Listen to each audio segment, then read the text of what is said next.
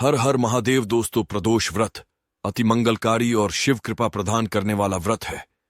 यह व्रत शिव जी को समर्पित होता है और साल भर किया जाता है, परंतु यदि श्रावण में किया जाए तो शिव जी और भी अधिक प्रसन्न होते हैं। यह व्रत प्रत्येक महीने के कृष्ण पक्ष व शुक्ल पक्ष की त्रयोदशी को किया जाता है। आज हम इसी व्रत की कथा और व्रत करने की विधि के बारे में जानेंगे। प्रदोष व्रत की कथा सुनने से पहले वीडियो को लाइक जरूर कर ले और चैनल को सब्सक्राइब भी अवश्य कर ले।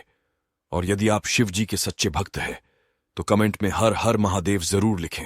प्रदोष व्रत की कथा तथा फल प्राचीन काल में एक गरीब पुजारी हुआ करता था। उस पुजारी की मृत्यु के बाद उसकी विधवा पत्नी अपने पुत्र को लेकर भरण पोषण के लिए भीख मांगते हुए शाम तक घर वापस आती थी। एक दिन उसकी मुलाकात विदर्भ देश के राजकुमार से हुई, जो कि अपने पिता की मृत्यु के बाद दर दर भटकने लगा था। उसकी यह हालत पुजारी की पत्नी से देखी नहीं गई। वह उस राजकुमार को अपने साथ अपने घर ले आई और पुत्र जैसा रखने लगी। एक दिन पुजारी की पत्नी अपने साथ दोनों पुत्रों को शांडिल्य ऋषि के आश्रम ले गई। वहां उसने ऋषि से शिव जी के इस प्रदोष व्रत की कथा व विधि सुनी। घर जाकर अब वह प्रदोष व्रत करने लगी। दोनों बालक वन में घूम रहे थे। उसमें से पुजारी का बेटा तो घर लौट गया, परंतु राजकुमार वन में ही रहा। उस राजकुमार ने गंधर्व कन्याओं को क्रीड़ा करते हुए देखा, उनसे बात करने लगा। उस कन्या का नाम अंशुमति था। उस दिन वह राजकुमार घर भी देरी से लौटा। दूसरे दिन फिर से राजकुमार उसी जगह पहुंचा जहां अंशुमति अपने माता पिता से बात कर रही थी। तभी अंशुमति के माता पिता ने उस राजकुमार को पहचान लिया तथा उससे कहा कि आप तो विदर्भ नगर के राजकुमार हो ना, आपका नाम धर्मगुप्त है। अंशुमति के माता पिता को वह राजकुमार पसंद आया और उन्होंने कहा कि शिव जी की कृपा से हम अपनी पुत्री का विवाह आपसे करना चाहते हैं। क्या आप इस विवाह के लिए तैयार हैं?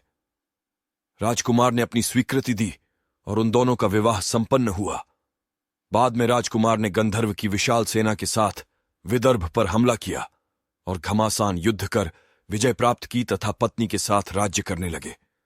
वहां उस महल में वह उस पुजारी की पत्नी और पुत्र को आदर के साथ ले जाकर रखने लगे। उनके सभी दुख व दरिद्रता दूर हो गई और सुख से जीवन व्यतीत करने लगे। एक दिन अंशुमति ने राजकुमार से इन सभी बातों के पीछे का रहस्य पूछा। तब राजकुमार ने अंशुमति को अपने जीवन की पूरी बात और प्रदोष व्रत का महत्व और प्रदोष व्रत से प्राप्त फल से अवगत कराया। उसी दिन से समाज में प्रदोष व्रत की प्रतिष्ठा व महत्व बढ़ गया तथा मान्यतानुसार लोग यह व्रत करने लगे। प्रदोष व्रत की पूजा विधि। प्रदोष व्रत में भगवान शिव की पूजा की जाती है। यह व्रत निर्जल अर्थात बिना पानी के किया जाता है।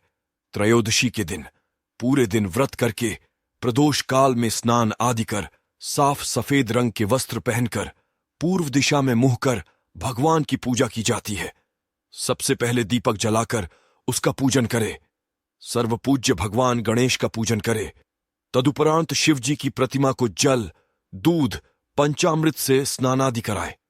बेलपत्र, पुष्प, पूजा सामग्री से पूजन कर भोग लगाए, कथा कर आरती करे। प्रदोष व्रत उद्यापन की पूजा विधि। त्रयोदशी के दिन स्नानादि करके साफ व कोरे वस्त्र पहने रंगीन वस्त्रों से भगवान की चौकी को सजाए। उस चौकी पर प्रथम पूज्य भगवान गणेश जी की प्रतिमा रख शिव पार्वती की प्रतिमा रखे और विधि विधान से पूजा करे। पूजा में नैवेद्य लगाकर हवन भी करे। प्रदोष व्रत के हवन में पुराणों के अनुसार दिए मंत्र ओम उमा सहित शिवाय नम का कम से कम 108, अधिक से अधिक अपनी श्रद्धा के अनुसार आहुति दे। तदुपरांत पूरे भक्तिभाव से आरती करे, पुरोहित को भोजन कराकर दान दे।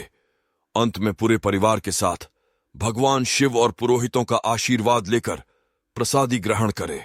अगर आपको वीडियो अच्छी लगी हो तो जाते जाते वीडियो को लाइक जरूर करें और कमेंट में हर हर महादेव जरूर लिखें। और इसी तरह के वीडियो देखने के लिए सब्सक्राइब करें हमारे चैनल वास्तु ज्ञान को। हर हर महादेव।